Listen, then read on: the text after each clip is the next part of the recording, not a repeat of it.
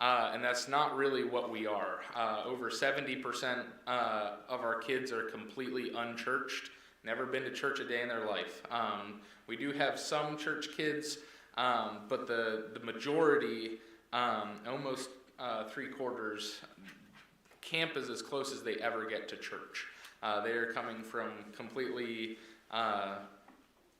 foreign backgrounds to church culture, and we have kids every year that have honestly never heard the name of Jesus, right? And that can kind of seem hard to believe, as we are, part of the United States, and it just seems like Christianity is embedded into our culture, but there are places in our country where, kids are growing up never having heard the name of Christ.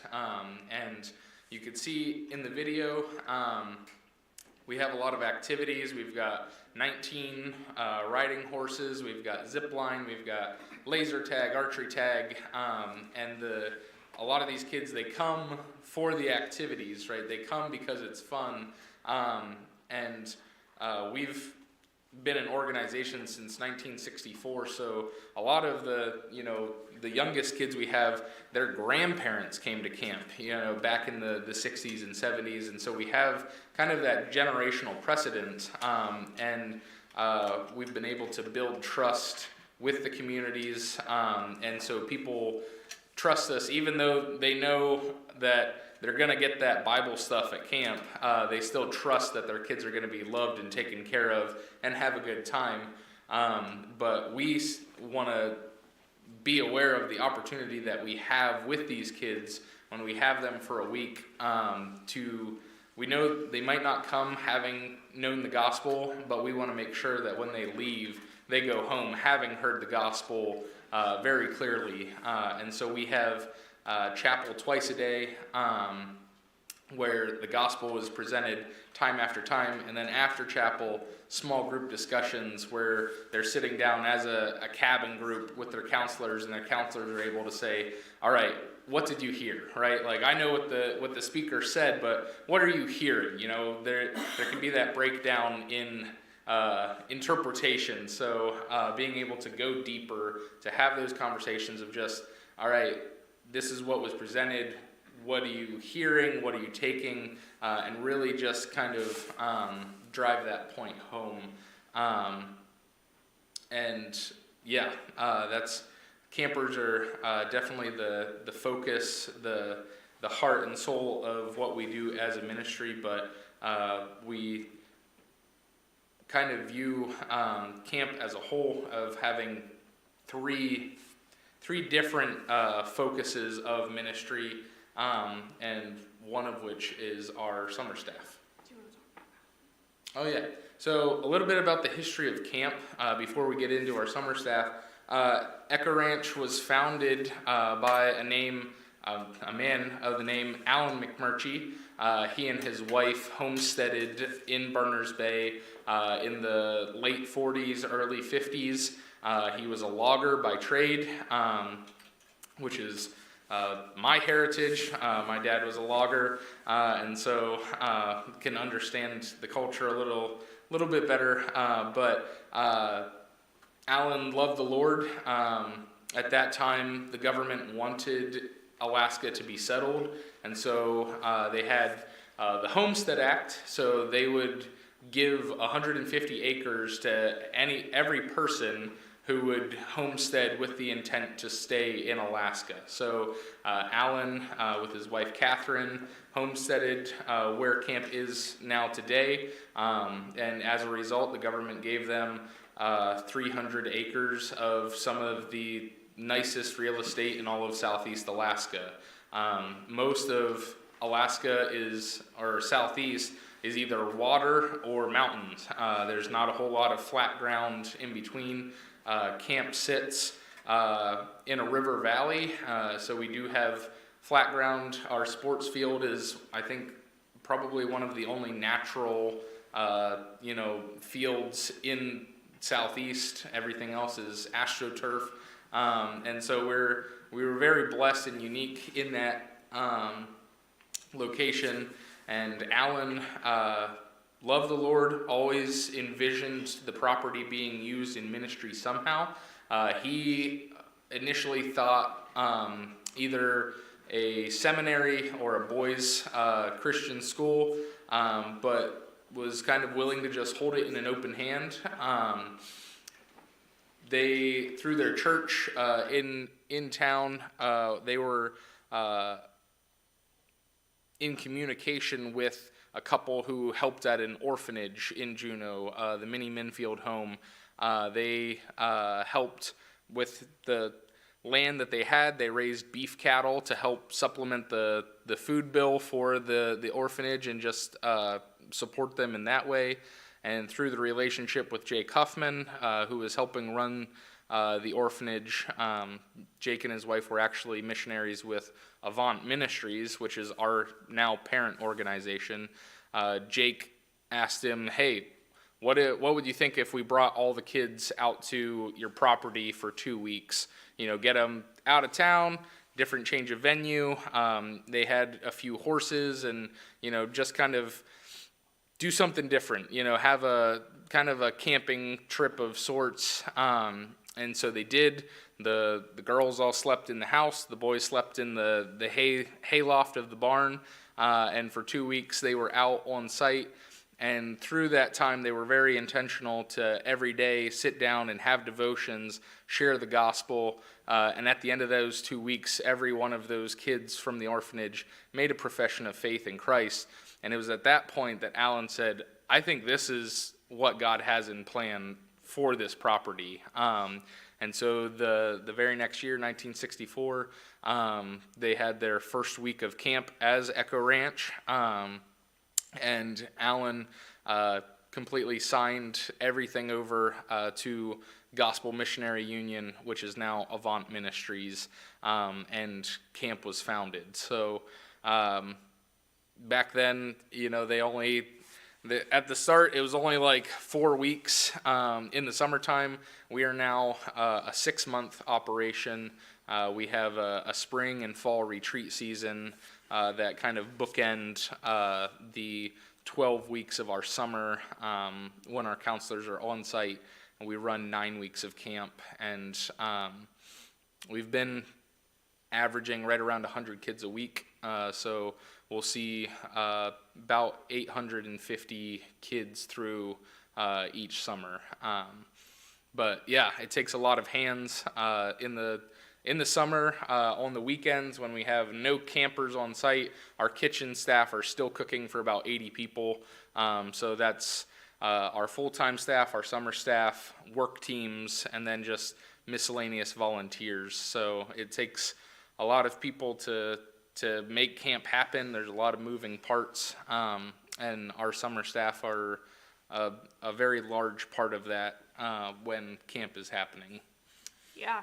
So our summer staff, we usually have about 40 to 45 a summer that come out. So that entails counselors, horse wranglers, maintenance, and kitchen help. So a lot of times, counselors, when they come, this is their first time in ministry. So it's their first time really sharing the gospel, trying to, for a lot of them, it's their first time realizing that this is a time in their life when they are making their faith their own. So we've had counselors that have accepted Jesus at camp. They grew up in church. They're like, yeah, I know the gospel. And then they came to camp and they're like, whoa, I don't actually have this in my heart. And so it's really cool to see them grow over the summer. We do a mentorship program. So each of our full-time staff is assigned at the beginning of the summer 2 or 3 summer staff.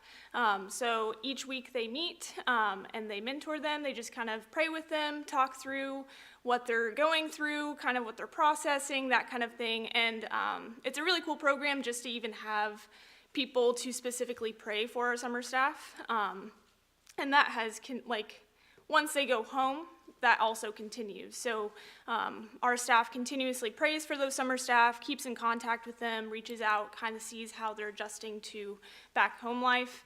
And a lot of times at the end of the summer, our counselors, having done all of this work and poured into all these kids, they go home and they work with their churches and they get plugged in and they realize the importance of youth ministry, which is really cool. And a lot of them, well, some of them have even gone over to global missions and continued that. So speaking from experience, I came up as a counselor, and long story short, God rearranged my heart that summer in a lot of ways and made me realize my priorities in some areas shouldn't be priorities. And so it's just really cool to see the counselors that come and the summer staff that come, just see what God does in their hearts as they are taken out of their comfort zones and placed in ministry, and just watch them grow. And if you don't think that God still works miracles, she met me when I looked like the crazy mountain man in that video, so God is good. Go ahead to the next one. So I said we kind of have like a threefold ministry focus of campers, our counselors, and then churches would be the third kind of focus in that. So all of camp, so all of our full-time staff are missionaries with Avant Ministries. We all raise support to be on the field. All of our summer staff pay their own way to come serve with us. They do not get paid, which is a very unique ministry model. We get to talk to camps kind of all over the country, and they are baffled that not only we don't pay our summer staff, but also we have more summer staff than they do. They don't get it. They're like, we pay our counselors and we still don't have enough counselors. But very unique ministry model. And honestly, I don't think I would change that for the world. It gives us a very high quality counselor. You know that they're there for the right reason, because they're not doing it for the money, because there is no money. We are so blessed in that through churches.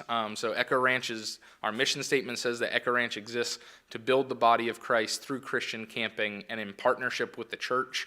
And there's no way that we could do the ministry that we do without churches, both locally in Juneau, but also in the bigger scheme of all across the country, the churches that support ourselves, our staff, but also come and labor alongside of us.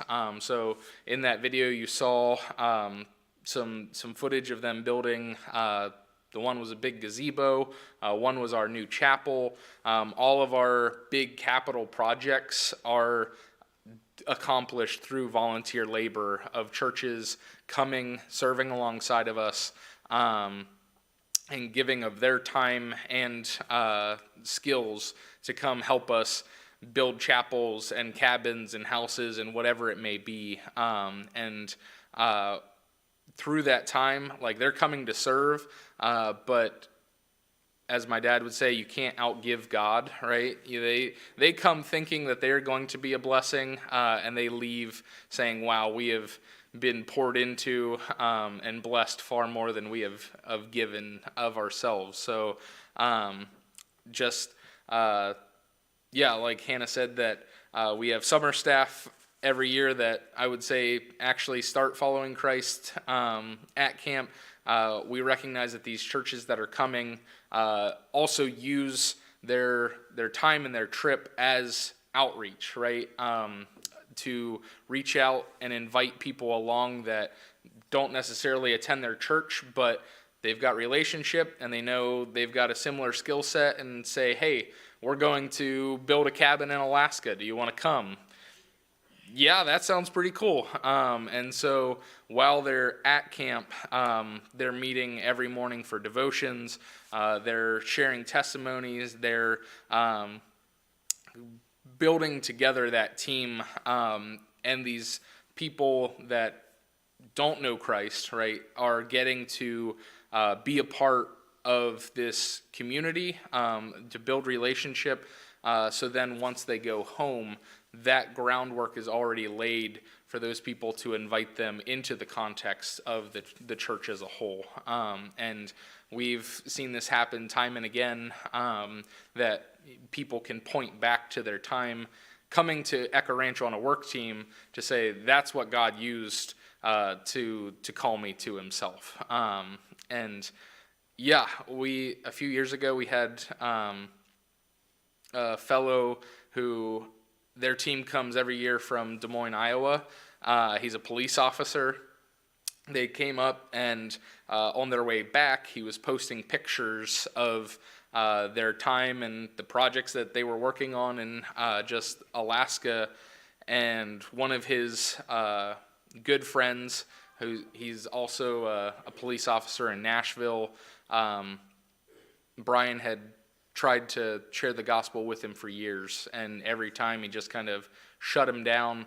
But as he's posting these pictures, his friend messages him and says, I don't get it. Like, why would you take a week of your personal vacation time to pay to fly to Alaska to volunteer to build a house? Like, explain, I don't get it. And through that, it opened the door for Brian to very clearly say, look, this is what I believe, this is what Jesus has done for me, and as a result, I want to give back. And through that time, for the first time in 15 years, he had that window and that doorway to share the gospel with his friend, because he came and served on a team to help us build a cabin. So, like, it's amazing the things that God will use, the seeds that he will plant to share his gospel and his ministry, and we get to just stand back and watch.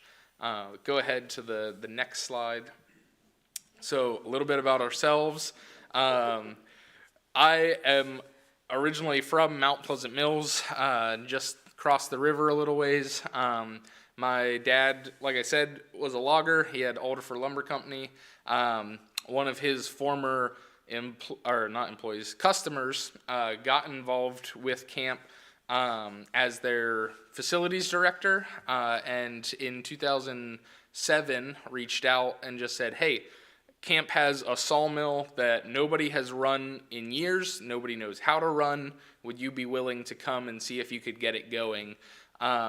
And it was at a time in my parents' lives where they felt they were being called to ministry somewhere, and so they just went faithfully, just seeing, God, is this it? Is this what you have for us?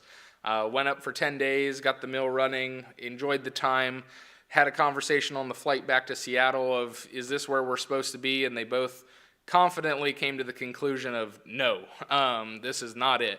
But they stayed in contact with the staff and just said, if you ever need us, let us know. And 2 years later, some of their full-time staff were stepping out.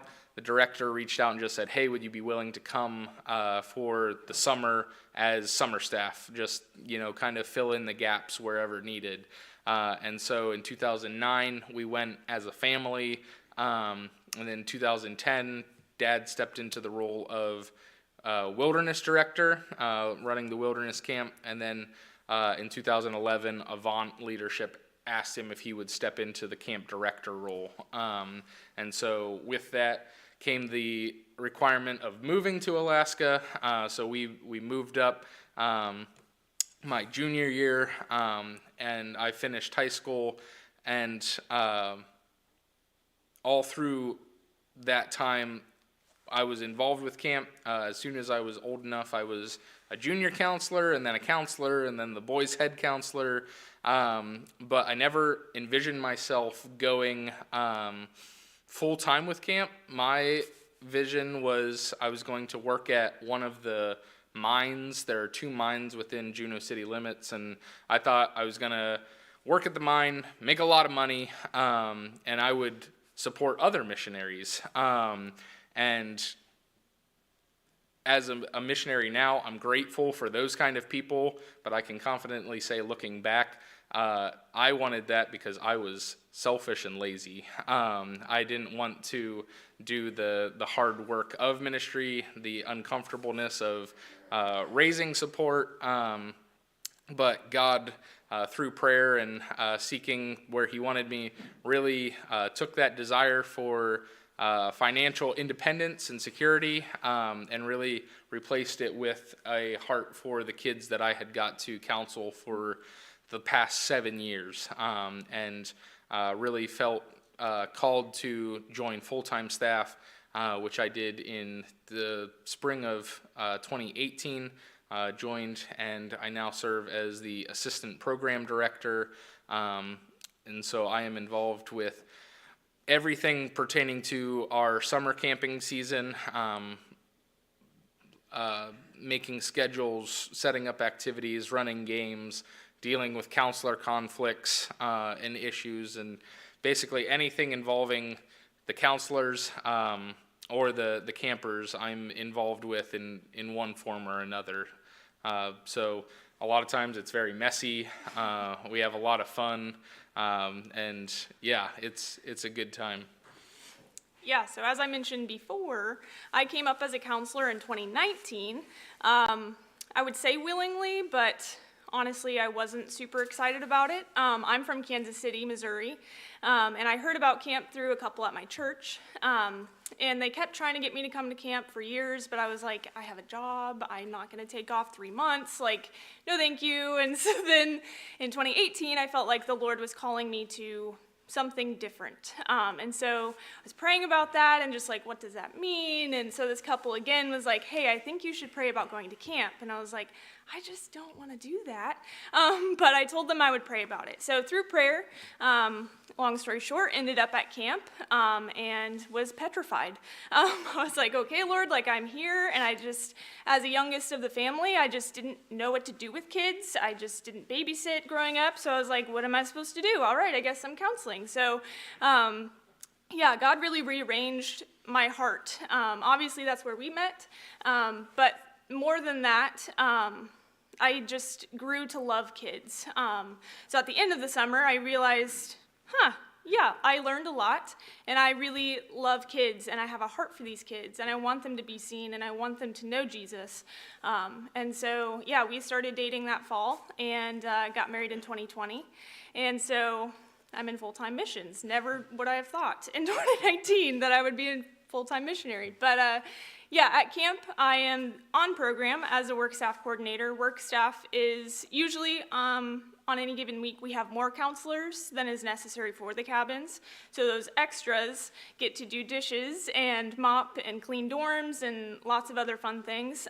So I oversee them. So I work alongside them, and I make their schedule and do devos with them. And that actually is like very fun. I struggled with that a lot last summer, but yeah, God really gave me a lot of joy in that job, and I don't think a lot of our counselors don't come to camp expecting to mop, you know, and so their expectations kind of get dashed sometimes when they're like, I'm on work staff, you know, but it was really cool last summer just to see how I could, with me being joyful, teach them to be joyful in those moments, and it was a good time. So as far as winter ministry, we get that question a lot. What do you do in the winter?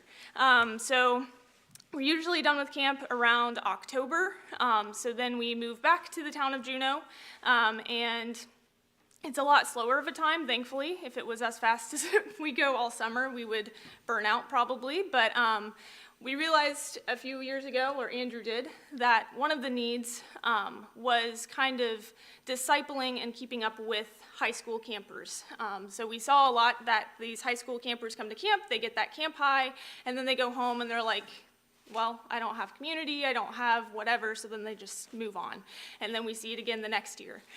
So Andrew started a senior high Bible study that we lead in our home every Wednesday. So we have these kids that sign up at the end of summer camp, and then sometimes they come, sometimes they don't, but right now we have about 6 or 7 that are faithful in coming, and we've seen over the years, these last couple years, the fruit of that, as we've had counselors from Juneau that used to be campers that have wanted to come out and serve for the first time in years, right? Mm-hmm. And another thing that we do is, through COVID, we noticed that kids didn't have anywhere to hang out because everything was closed down. And so we opened our home on Friday nights to do movie nights, game nights, that kind of thing. So that's college-age kids and high schoolers. So that's been really cool to keep up with these kids, to disciple them, to just be in their lives, and they come over and ask for advice, and yeah, it's a good time. So on top of that, we also travel a lot, recruiting and support raising and just getting ready for the next camp season. So our winters fly by very quickly. So it's hard to believe that it's almost over. Do you have anything else? Yeah, if you could just flip ahead, I think, yep, right there. So if you would like to be involved or learn more, kind of the three things that we need: finances, prayer, people. We currently are 98% supported. We are almost to that 100%. So really, we just need about 2 more people at like $100 a month, and we would be fully supported. But also, if you would like to give to camp itself, camp has a scholarship fund that every year we give away over $10,000 in camp scholarships so kids can come. Our rates are super low. That's part of our counselors paying and our full-time staff raising support. So a week of camp is cheaper than a week of childcare.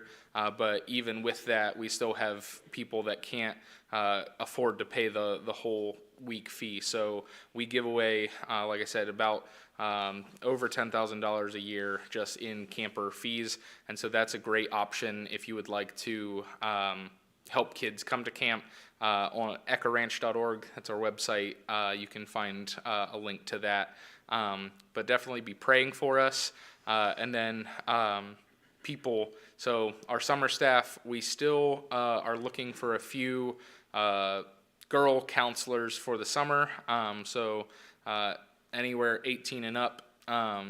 Usually it's between 18 and 23 is the age that our counselors come. But if you know people that love the Lord, love kids, love ministry, and would like to spend a summer in Alaska, send them our way. But I think we're pushing the clock, so we'll end there. But thank you. We'd love to answer any and all questions you guys have.